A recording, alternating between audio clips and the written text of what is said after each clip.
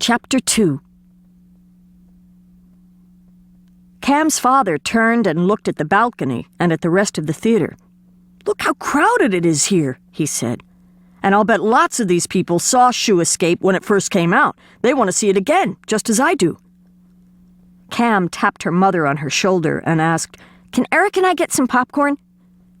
Mrs. Jansen gave Cam some money and said, "Get 2 buckets, one for you and Eric and one for your father and me." "I wonder why Shoe Escape has never been shown on TV," Cam's father said as Cam and Eric squeezed past him.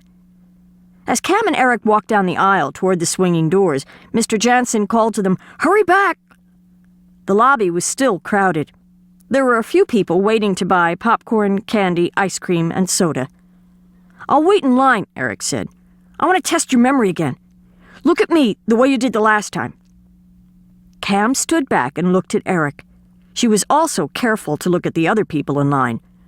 There was a short, heavy man with a gray beard.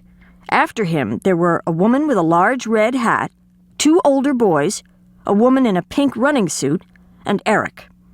Cam looked at them all. She closed her eyes and said, "Click." Then Cam opened her eyes and looked at the price list and at the woman behind the counter. Cam closed her eyes again and said, "Click." She was walking toward Eric with her eyes still closed when she heard someone shouting, "I paid for a full bucket of popcorn! This one is half empty!"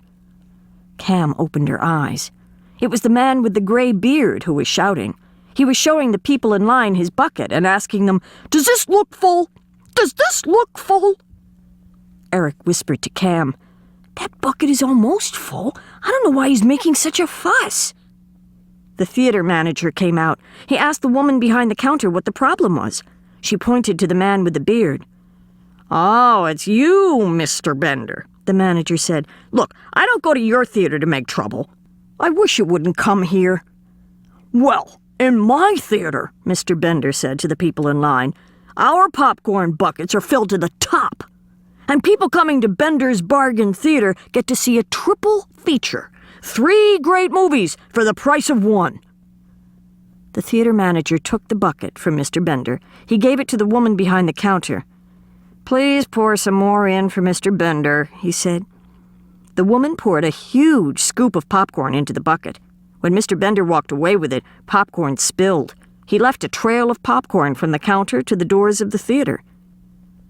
The next woman in line wanted change for the telephone. The boys bought soda and popcorn. The woman in the running suit bought 2 ice cream cones.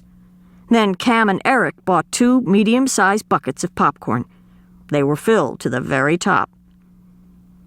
Just as Cam and Eric opened the doors to the theater, the lights dimmed. The movie was about to begin. Cam and Eric rushed to their seats. As they sat down, soft marching music started to play. The music became louder, and the screen lit up with a picture of a marching band. At first, the screen showed the marchers' faces. Then it showed their feet and their shoes. Then 2 words seemed to shoot out onto the screen.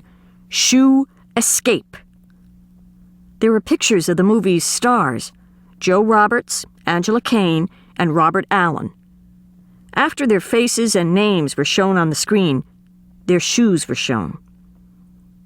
"I think I've seen that woman somewhere," Cam whispered to Eric when Angela Kane was shown. "Well, I don't think she's the real star of this movie. I think her shoes are," Eric said. Cam took a handful of popcorn and looked up at the screen. It was early in the morning. A man was just finishing getting dressed. He was tying his shoes. When the man ate his breakfast, one of the threads holding his shoe together broke.